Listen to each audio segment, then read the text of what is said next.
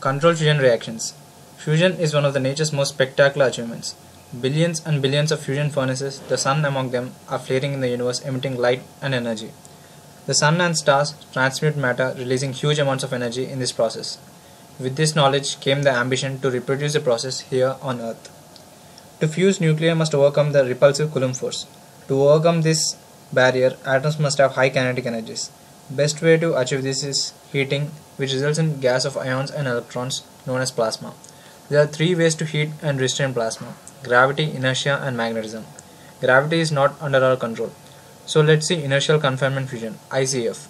ICF is about heating and compressing the fuel target. First off, we deliver high energy to outer layers using high energy beams of laser light. The heated outer layers explode outward, producing a reaction force inward, compressing the target.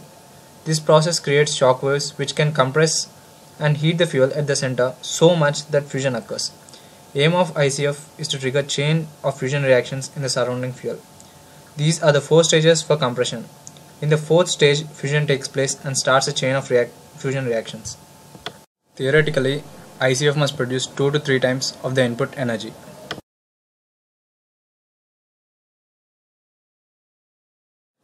Expected results were not found in ICF, so we turn our attention to tokamak.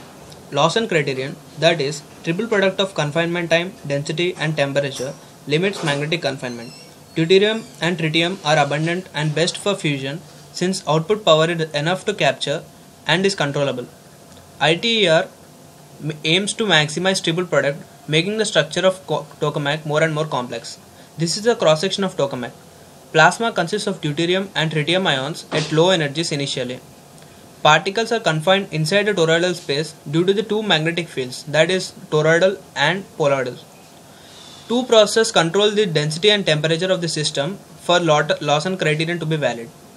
First, high velocity neutral deuterium beam is sent, which increases the density and also temperature due to collisions.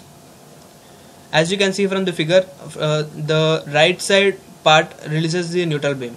The second is high frequency EM waves are incident on plasma for energy transfer, which in turn increases temperature. These processes increases the temperature to 150 million degrees centigrade where fusion occurs. As you can see, the right part releases high velocity neutral beam and the left releases high frequency EM waves. If this process is a success as expected, tokamak will be world's first virtually limitless source of power.